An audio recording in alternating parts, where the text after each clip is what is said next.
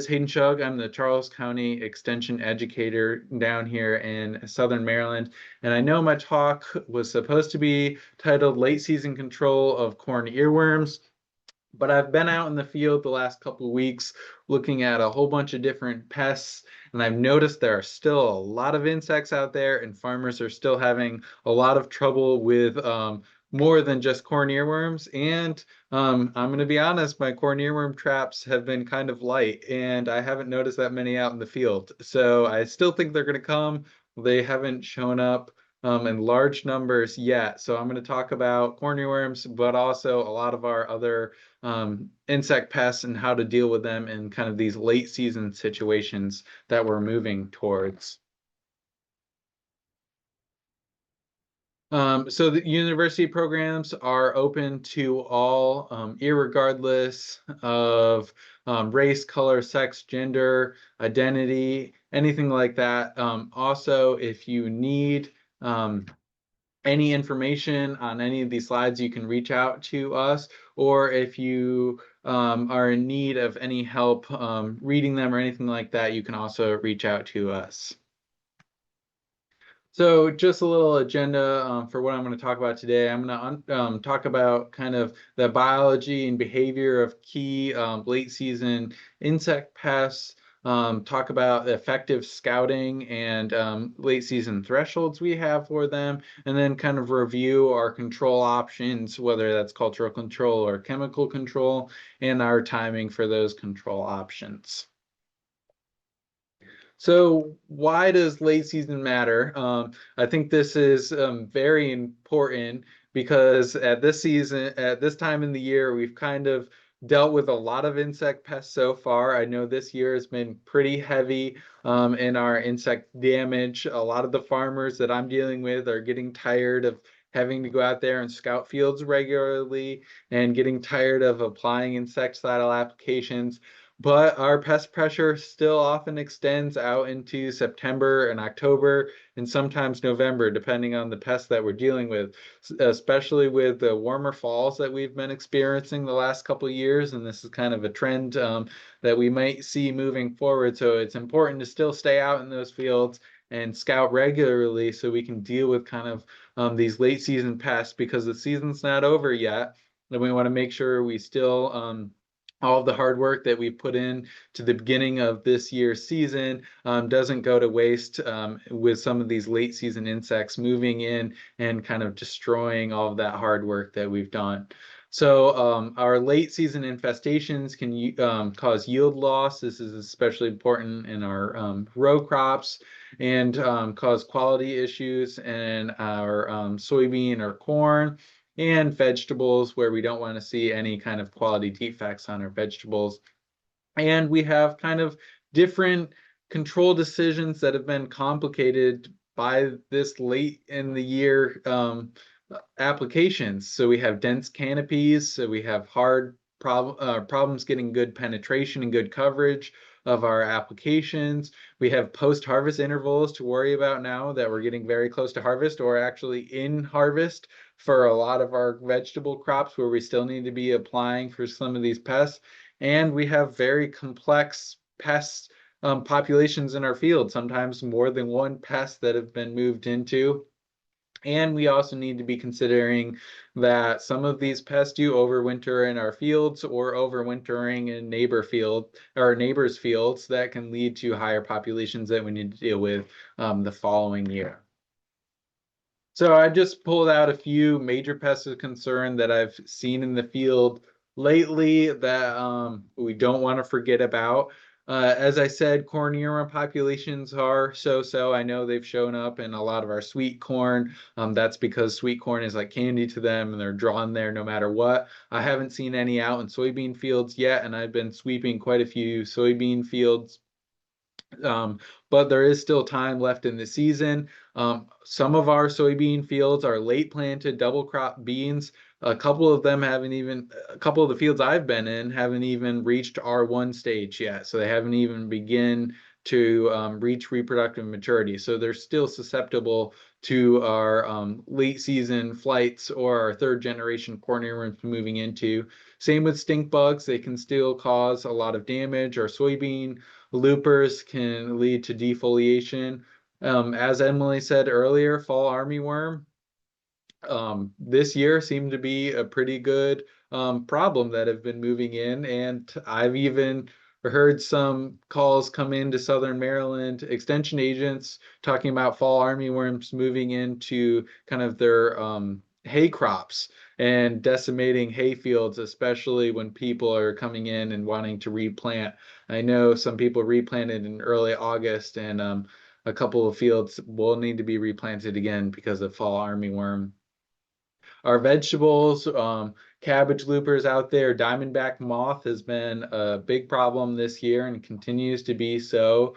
And our crucifer crops, aphids as well, and squash bugs. I've been out in a lot of vegetable fields with squash bugs and pretty high populations, especially our late season or our mid-season planted watermelons that we're beginning to pick now.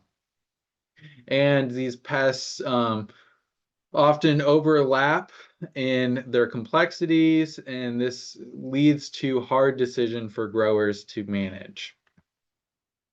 So here I just kind of put together a quick list of some late season pests in our area in row crops and vegetables, and kind of a timeline of when they move in. So as I said, aphids are a major problem right now, or at least they were last week. This week, their populations seem to be down a little bit, and that's thanks to some rain that we had, at least here in Southern Maryland. Some of our areas got about 4 inches of torrential downpour later last week, and has kind of knocked down those aphid populations. I've seen a lot of soybean loopers out in the field causing some defoliation. Some diamondback moths are definitely active out in the field, and I've seen high populations of those. Squash bugs are very active out in the fields and will continue to be a problem. They're a harder one to treat now, as we've gotten into picking our fields that they've been in. So we need to think about our post-harvest intervals of the insecticides that we plan to use on them. But these maps are a good idea just to have on hand, and they're available readily online, where you can look to see when different populations move in to the area, and that can kind of help you with scouting your fields. And these are some pest populations that I put together, and it shows when they move into the field and also kind of where we see them in the fields and kind of where they cause problems. So our squash bugs are mostly going to be in our cucurbids or cornea worms. Again, they're going to be all over the place. Sweet corn, they can be a problem in our field corn. They can be a problem in our vegetable crops. So they're kind of whatever is in the field, they usually are a problem with. Our cabbage loopers, our diamondback moths are going to be our co-crop specialists. So when we're talking about going into the field, we need to be talking about timing and crop stage. And this is really important when we're actively out there scouting. So scouting really depends on kind of what growth stage the crop is in. And I'm going to use soybeans as an example here. When we have VE all the way up until R1, we're concerned about our defoliators. These are going to be kind of our Japanese beetles, our soybean loopers, things along those lines, our grasshoppers that defoliate our soybeans. Soybeans can handle up to 30% defoliation. So we need to keep that in mind when we're out there scouting. We need to be looking for kind of the defoliation actually on the leaves. Once we get into the reproductive stages, this is where scouting transitions from looking at just the leaves to looking at the reproductive tissue. And this is going to be our flower and pods. And this is because our cornea worms and other pod feeders move in and start causing problem or damage to our pods. And then our thresholds for that damage kind of differs from our defoliation threshold. So we have two thresholds to be concerned with at that point. One for our pod feeders and one for our defoliators. Same thing happens with corn. When we're out there looking at corn, we need to be concerned about our corn earworms and causing problems when we're going through silking and eating the tips of our corn, especially in sweet corn. Same with Japanese beetles. They can clip silks and cause pollination issues. Stink bugs feed on the kernels themselves, but we also need to be concerned about things on our actual leaves themselves. So sometimes our pathogen populations get pretty high. We might need to go out there with the fungicide. So we have different thresholds for each crop, and some insects have their own thresholds. Some are grouped together, and some have insect thresholds, and then we also have thresholds for our other pests and diseases. So we need to keep that in mind when we're out there looking at these crops. Our vegetables are going to be a little bit different. Usually we're concerned about quality defects, so a lot of damage is focused on the fruit itself. And we can go out there and scout for the fruit.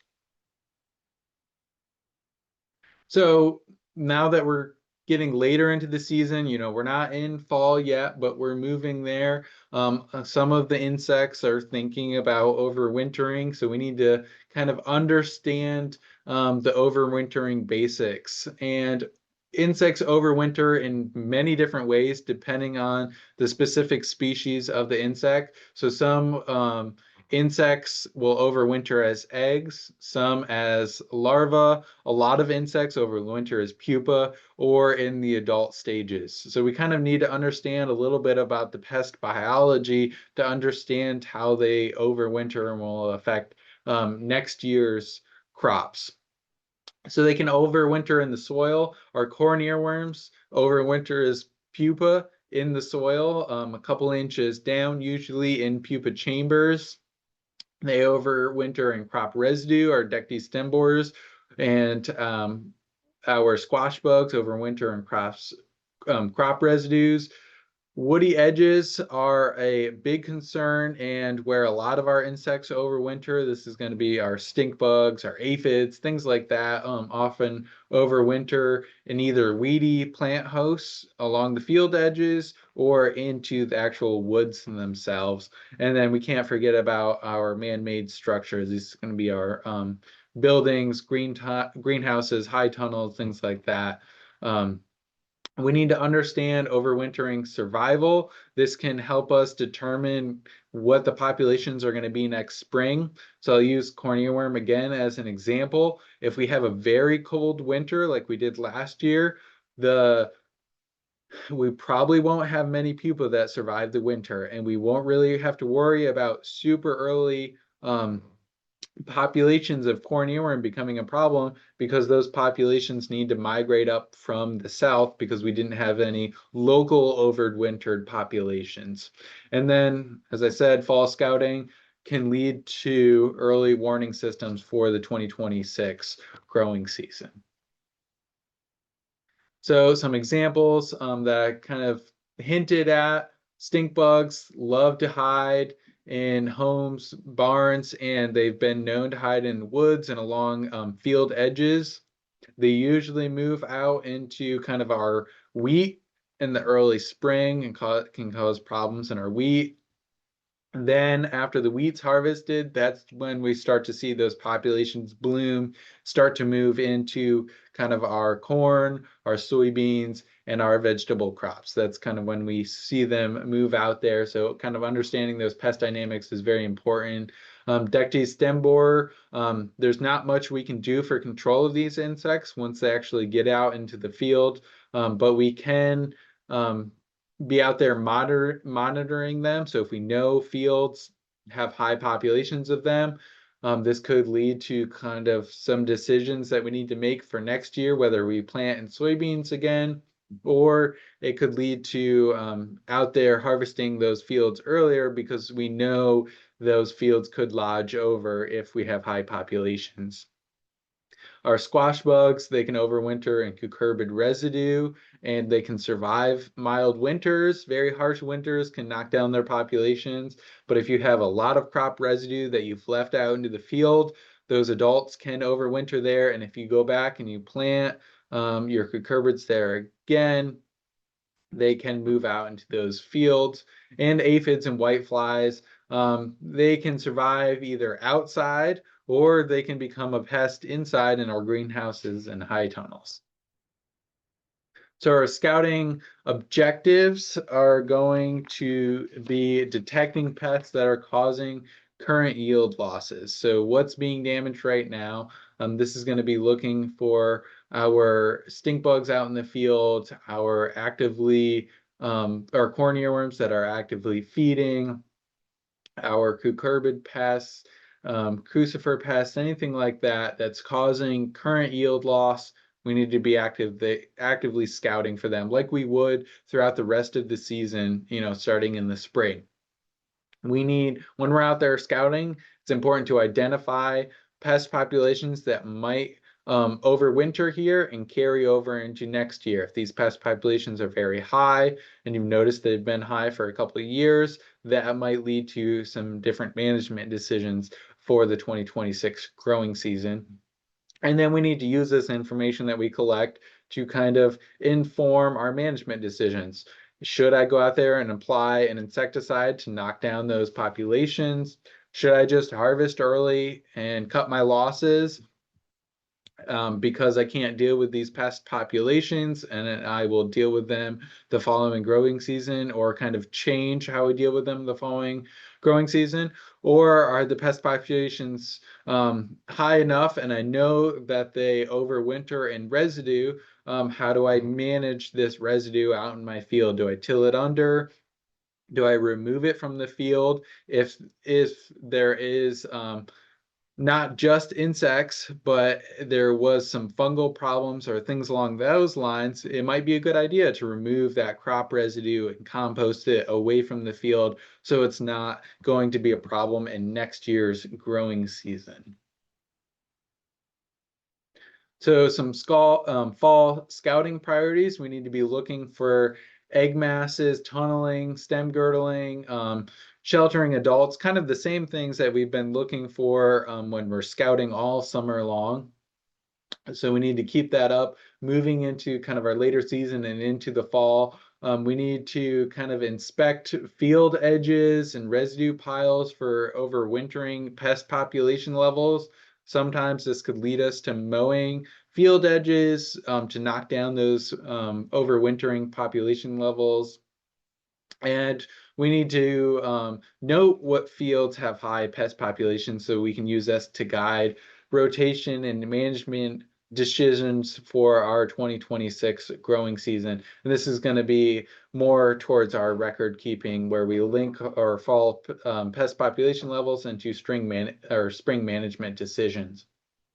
And I'm going to use this. I'm going to talk about an example really quick. Up here in our in the right-hand corner here, we have a stalk of orchard grass, and as you can see right at the tip of my thumb there, we have kind of an exit hole from a larva that was actively feeding in the stalk of orchard grass. So I was called out to a field scouting to scout the field because their orchard grass stand that they had planted last fall was showing signs of going down in different patches throughout the field.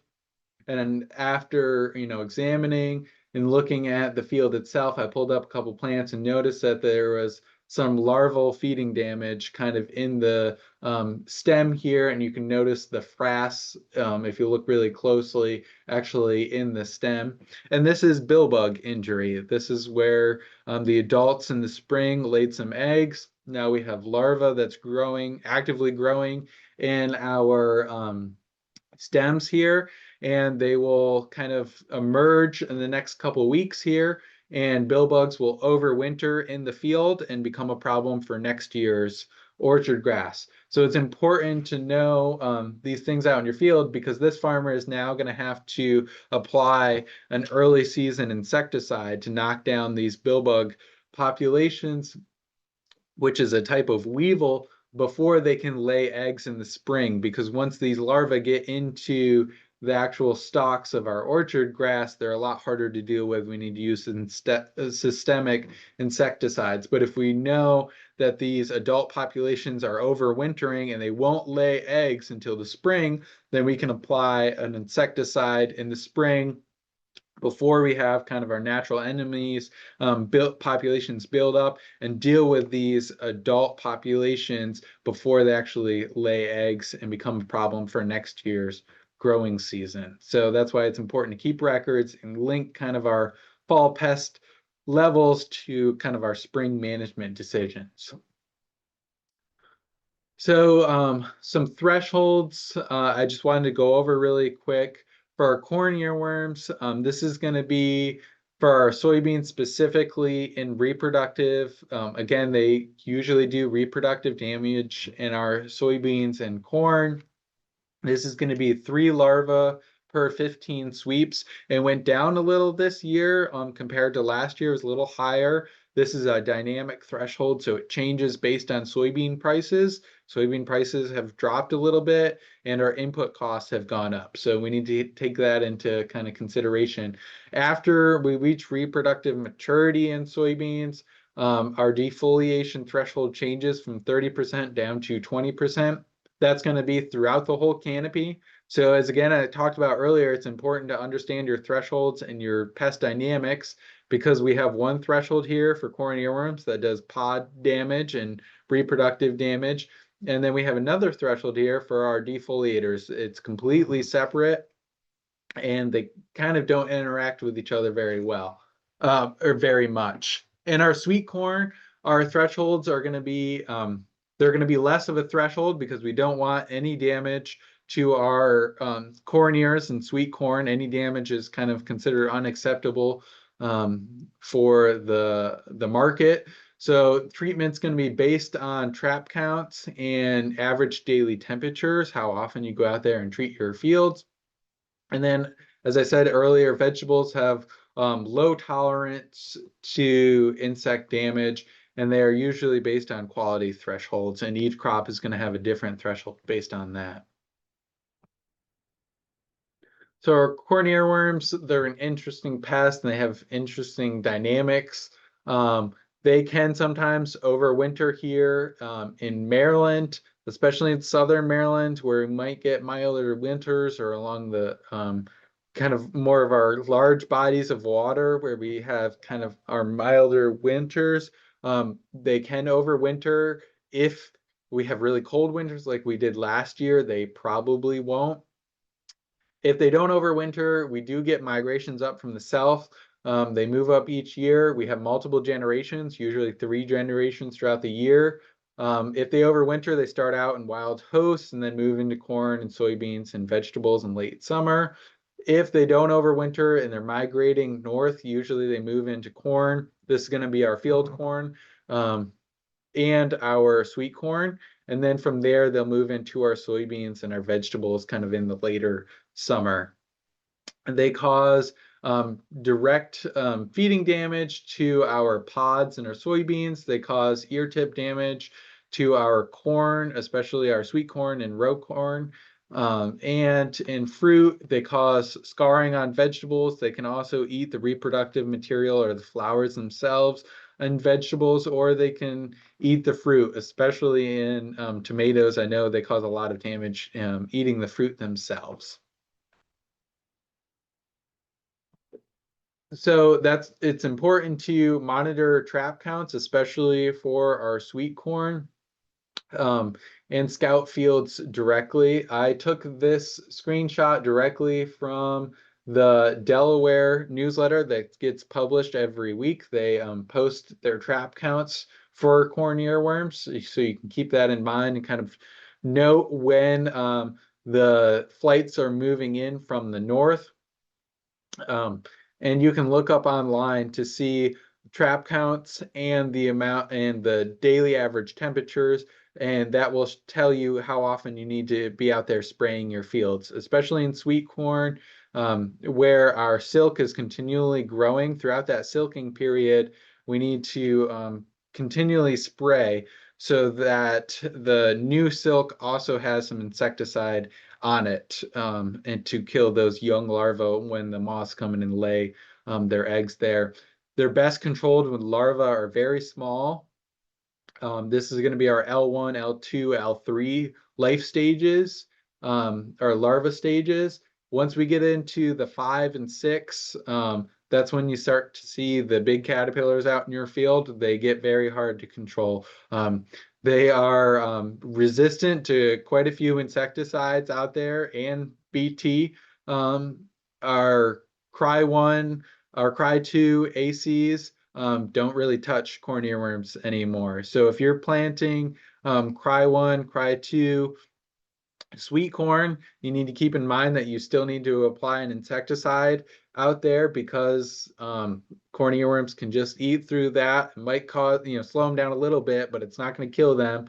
If you're growing the Cry1 AC plus the VIP, which is our newest sweet corn that's kind of come out onto the market, you might be able to get away with not applying so many insecticides. I know a couple of my farmers, if they're growing the VIP, BT genes, they don't apply any insecticide and just throw out the ears that have corn earworms in them. But that's something that you're going to have to decide yourself. We do have some effective products, mostly our diamides. And when we apply them, we want to rotate our modes of actions. I know some farmers are still trying to apply pyrethroids. There's resistance is common to pyrethroids, so we want to rotate out of those and more into our diamides and our spinosids that can give us some good control. And some late season management challenges. Dense canopies can lead to poor spray penetration into the actual canopy itself. Like I said, they're feeding on reproductive material, so they're actually pretty far down in the canopy.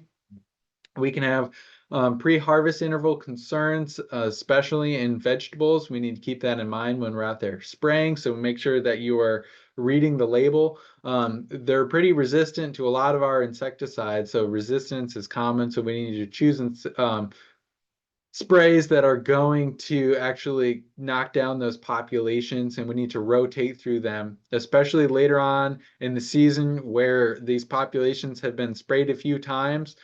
We could get some marginal resistance built up later in the season, so we need to be rotating and not applying the same insecticide over and over and over, or else you're gonna have to deal with these more marginal resistant or resistant insects in your field. And then we also want to take into account what it's going to do to our field. So in soybeans, once we reach reproductive maturity, if we're going out there with a sprayer, especially in our drilled beans or our 7 to 15-inch row spacing beans, going out there with a sprayer at this point is going to lead to between 1.5% to 3% yield loss. So we need to take that into account when we're out there scouting and deciding when a spray is necessary. Our stink bugs are our kind of piercing and sucking insects. They can lead to shriveled seeds, flat pods, and kernel damage, especially in our corn and soybeans. They can cause rejections. I've seen problems with soybeans that have been pretty heavily infested with stink bugs, going to the elevator and having problems there. So it's just something to keep in mind. They can also feed on pods and cause late season pod abortion. So if soybeans believe that pods have been fed on too much, they'll actually abort the pods and drop them themselves. So it won't just be one seed that has damage to it. All 3 of those seeds that are in the pod are now not going to be able to yield anything because the plant has decided to drop the pod. So they can lead to pod abortions. And As I said before, adults tend to overwinter in wooded edges. A lot of the times they overwinter in kind of our more man-made structures as well. And they're not a problem that kind of goes away in the late season. We see them build up more into the August, September, and even in early October, they can be a problem out in especially our row crop fields. We still need to be kind of concerned about their populations. Now, some management decisions for them. The threshold for soybeans is going to be 2.5 stink bugs per 15 sweeps. Once we reach our 6.5, which is a very late growth stage, we're going to double that to 5 per 15 sweeps. Corn is a little bit different. They have different thresholds based on the growth stage of the corn. So you need to actively look at a table to determine what growth stage your corn is at to give you a threshold for that. When we're looking at the corn, it's between probably 3 and 9, depending on the growth stage of the corn, per 100 ears. So you're actually counting the ears and looking to see how many stink bugs are on your ears. Now, the stink bugs, we know that they move from the edge of the field into the center. So when you're scouting the fields, it's really important that you start on the edge, but then you move into the center. So if you notice large populations on the edge of the field and no populations in the center of the field, or low populations in the center of the field, you can get away with just an edge spray where you go around the edge and just spray that to save kind of your cost of running through the whole field. And again, not lead to any major yield losses by running over beans that can't compensate for that later season damage. So keep that in mind when you're looking at them. And then also we need to rotate our insecticides, whether that's a prethroid or prethroid mix. I know some people still use organophosphates to knock them down. They do a great job of killing them, but they also kill a lot of our natural enemies. So it's better to kind of stick with our pethroids and other kind of later generation insecticides and rotate through them to knock down those populations. Now our diamondback moths feed on our cabbage, broccoli, and kale. They can overwinter and crop debris. I know this season has been pretty hard, especially in southern Maryland for diamondback moth. We have pretty high populations here, and they are kind of resistant to a lot of our normal insecticides that we would use. So our pyrethroids and our Bt toxins, they've been shown to bounce back from them. So we need to rotate kind of what we're applying to knock down those population levels. They can be kind of tedious to scout for. When you're out scouting the field, can't really use a sweep net because you'll actually damage your crop, but you have to go out and flip over the individual leaves on your cabbage or broccoli or kale, and you're going to be looking at the underside of the leaf. And this is you're going to be looking for kind of window painting. As you can see in the upper right hand picture here, the larva is actually eating through the bottom part of the leaf, leaving a little bit intact on the top, and that's what we call window painting, where you can still see through the leaf, but the underside is kind of eaten away. And usually when you find one, you find a whole bunch there, and they'll kind of be grouped together. And as you know, I said, we have pretty low thresholds when it comes to diamondback moths and our vegetable crops, because they can move through our vegetable crops quite fast and cause kind of a lot of damage there, which will lead to unsellable products. Now, let's not forget about our squash bugs and aphids. I've been out in quite a few fields now, especially our watermelon fields, which have high populations of squash bugs. Now, if your watermelon fields are coming towards an end, this might not be something you really need to be concerned about because they've already done their damage. This could be concerns for next year, though, because they can overwinter in that residue, so you might have to till it under to get rid of those populations. But if you have, watermelon fields or other cucurbits that are kind of on the younger stage, or you still have a couple weeks of picking left, it could, if you notice high populations out there, you need to be actively out there scouting and spraying to knock those populations back because they can become a problem. And our aphids, so we have multiple different aphids to kind of worry about. Our melon aphids, this is going to be a problem in our pumpkins, especially this time of year. If we have large populations of melon aphids, they're going to create kind of a sticky sap or a honeydew that they excrete that falls on top of our pumpkins. And this kind of leads to a fungal growth on the pumpkins that turns them black, makes them sticky. Not something that you can harvest very easily, or if you do harvest it, you have to go back and wash them because nobody wants to buy a pumpkin that's covered in fungus. Um, so we need to be concerned kind of about our melon aphids and out there scouting for them. If they reach a higher level, we need to be actively spraying an insecticide out there.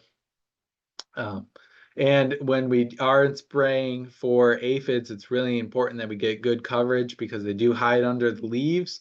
So make sure that we're using the correct nozzles and we're applying enough water in our spray, getting a good amount of gallons per acre to get good coverage in our crops. Now, sugarcane aphids, I've been out in fields scouting, especially our sorghum fields, looking for sugarcane aphids. The threshold for them is between 50 and 100 per leaf in our sorghum, and that transitions to a lower threshold once we get later in the season and the heads of the sorghum start to develop. I've noticed quite a few corn aphids out in sorghum fields. Not that many sugarcane aphids. We don't really need to be considered or concerned about corn aphids. So it's important when you're out there scouting to take a hand lens with you and be able to tell the difference between aphids. A quick Google search will show you the difference. It's a slight difference, but you're able to see it with a hand lens. And as I said, we've gotten a good amount of rain here in Southern Maryland. Last week, when I was out there scouting, an early week where we had a couple weeks of hot, dry weather, there was huge amounts of aphid populations. Our corn aphids were exploding. Soybean aphids I scouted a couple fields that had reached threshold for soybean aphids. And then later on in the week, we got those heavy rains. Now we've had rain for the last couple of days, every single day. Those are going to knock our aphid populations back. So a lot of the farmers, I told them not to go out there and spray quite yet. We'll wait until see what the rain does. The fields that I've scouted now, those populations have dropped down a bit below threshold. So we're just going to continue to wait and see. But that's why it's important to kind of understand your pest dynamics. And aphids is a hard, an interesting one to understand and a hard one to kind of wrap your head around. But you need to understand it when you're out there scouting, because if you do have some weather events moving in, it might be a good idea to hold off on those sprays just a little bit longer to see if those weather events and natural enemies take care of those pest population levels for you.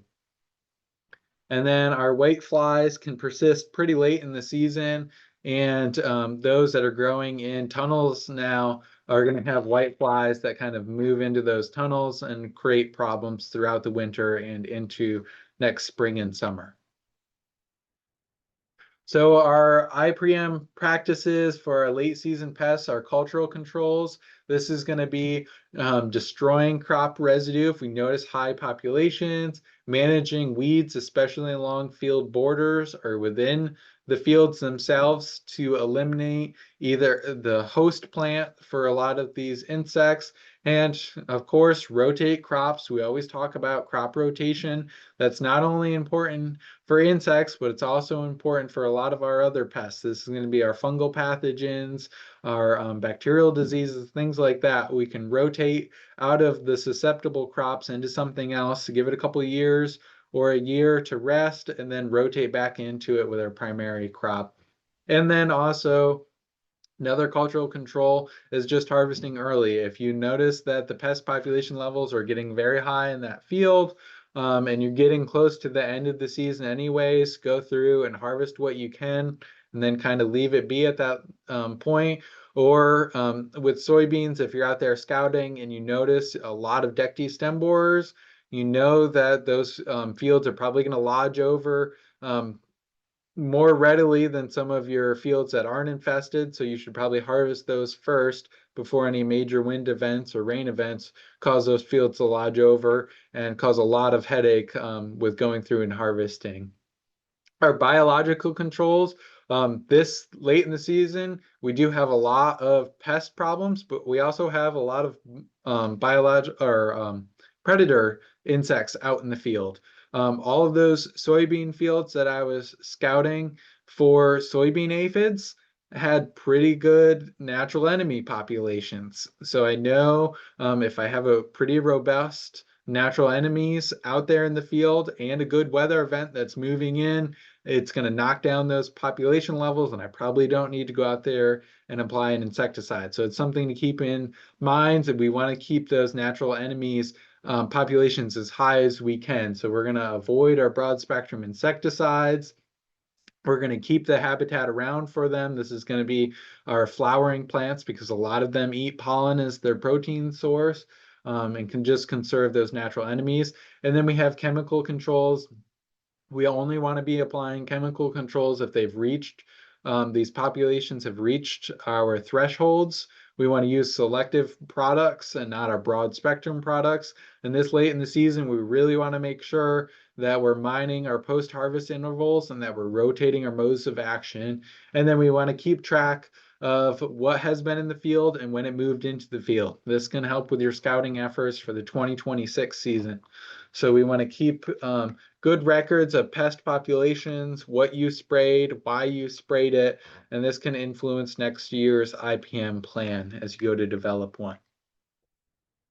So as I said, I just want to kind of go into cultural practices a little bit more, destroying crop residue or removing it from the field. Again, if you've had a lot of insect problems and they overwinter in crop residue, and you have a lot of fungal pathogens or bacterial pathogens in the field, you want to remove that debris, remove it off of the field, and keep it away from the field. So don't just remove it to the side of the field, move it a good distance away and start composting it so it can get up to temperature and kill those pathogens and insects.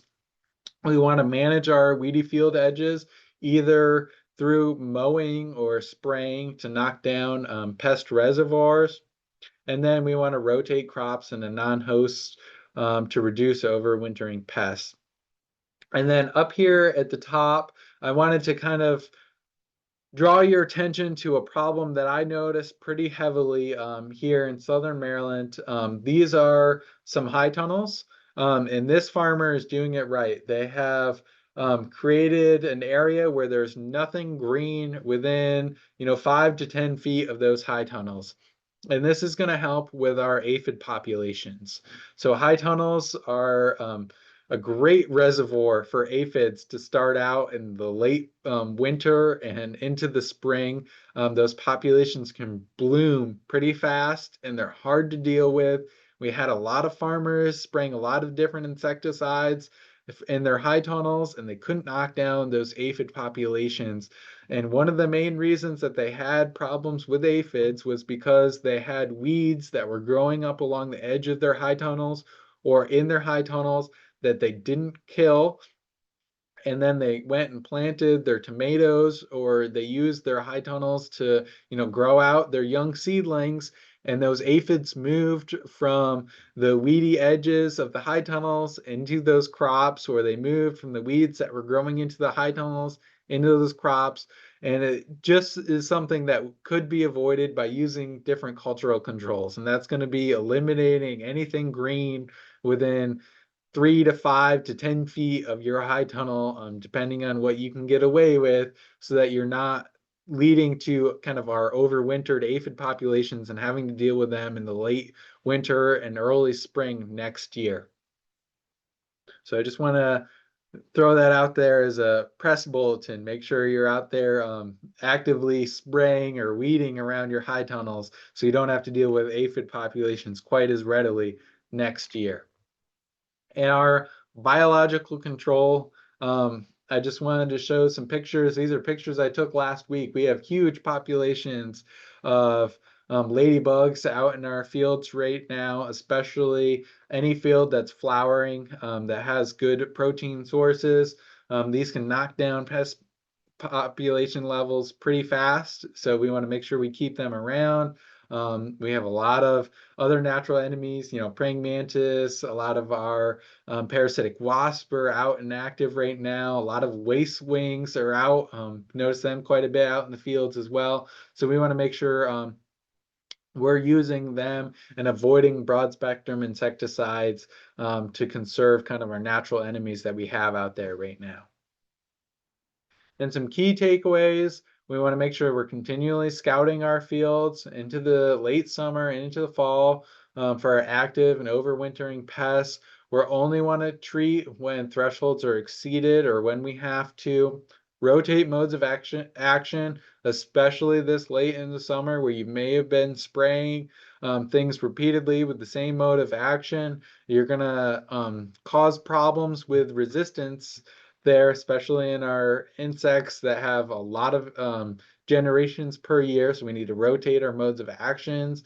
And then we want to think about some cultural control mechanisms that we can kind of put into effect later on in the season to help with next year's problems. And then make sure that you record pest activities so you know when they move out into your area, because each area of Maryland is different. We have quite a range of different growing areas, whether you're in the mountains of Maryland all the way down to the eastern shore. Insects move in different times of the year. So if you can keep a record of when pests usually move into your area, you'll have better idea of when you need to be actively out there scouting for the 2026 season.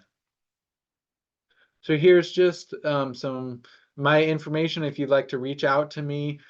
Here's my email and my cell, as well as an online teaching evaluation form. I would really appreciate it if you did that. We need that for our continued employment here at the state of Maryland. But I would love to answer any questions that you might have regarding either corn earworms, which I know I touched on, and this talk was supposed to be about, or other late season insect pests that you're dealing with, or some IPM scouting techniques that you could go implement at the moment and help deal with next year's kind of IPM plan. So if you could either unmute yourself or drop those in the chat if you feel more comfortable doing that.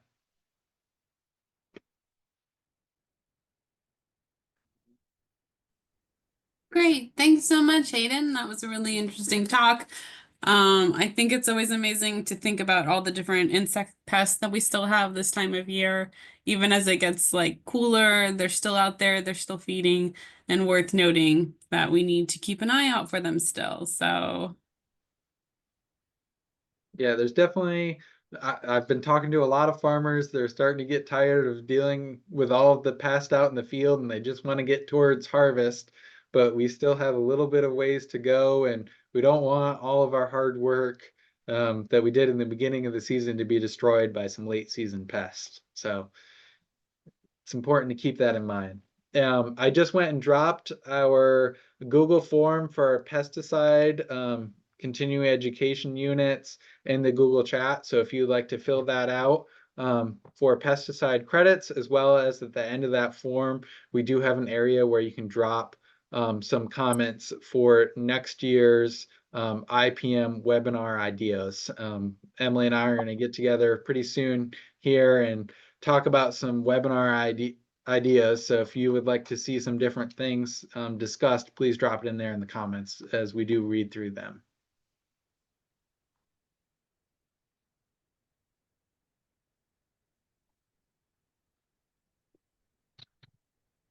okay, MK, I see you've got your hand up if you want to unmute and say something, or you can put it in the chat if you'd like.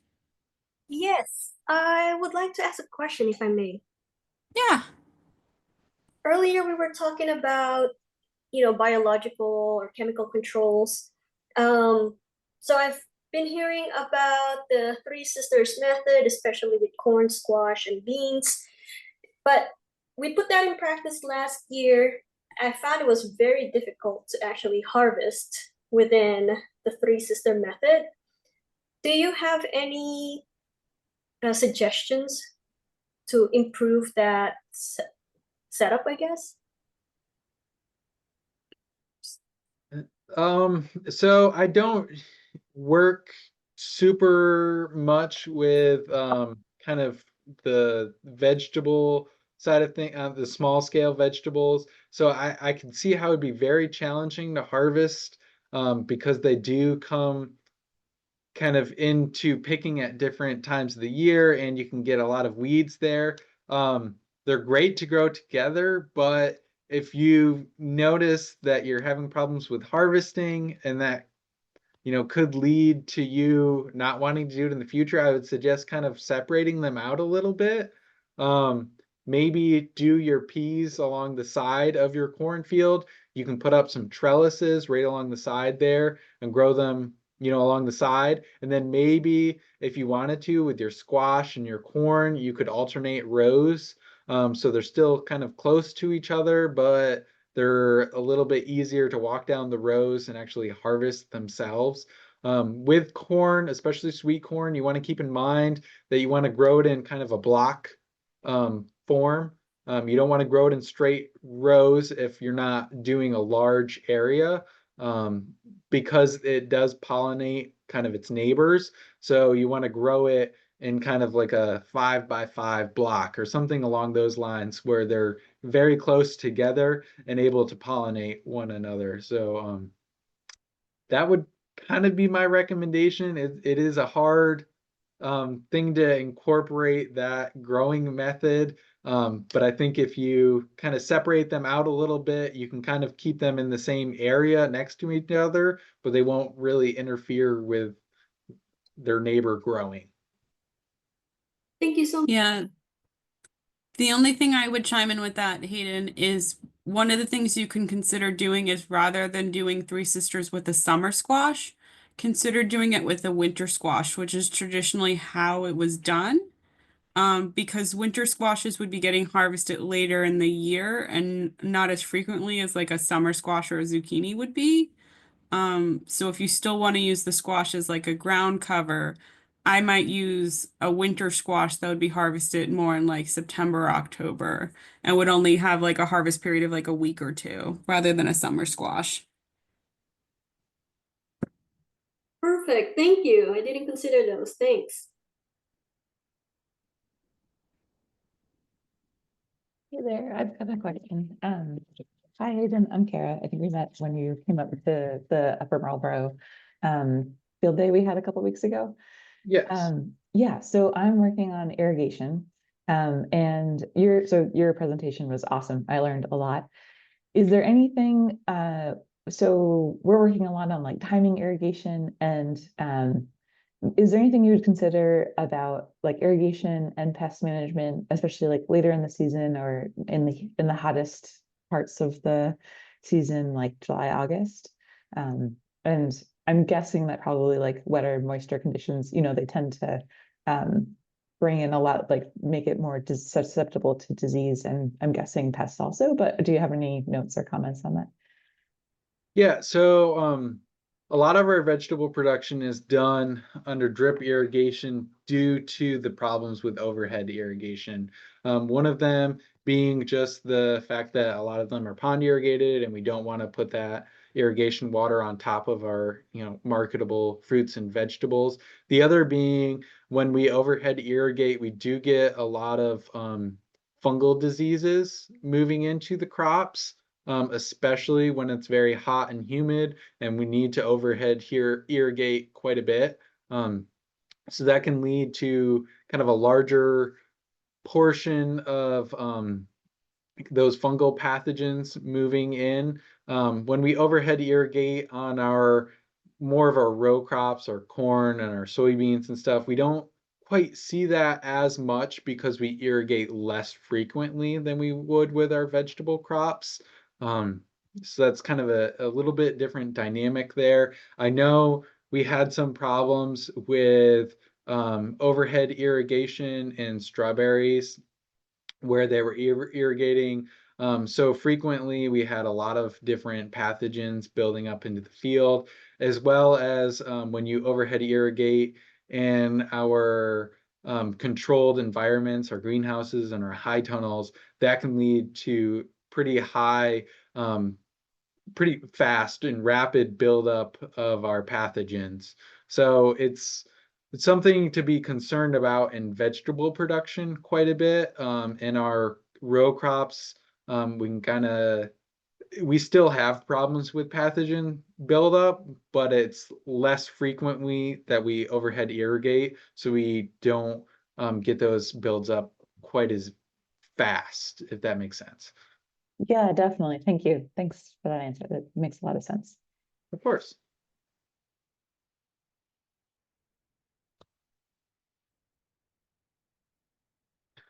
Okay, well, it looks like I've burnt up my allotted hour of your lunchtime, but I hope everybody was able to learn something new. And of course, if you need help with anything IPM related or have any questions regarding the talk itself, please don't hesitate to reach out. Make sure you go back and view those old IPM webinars that we posted on our YouTube channel. That would be greatly appreciated, and they have a lot of great information.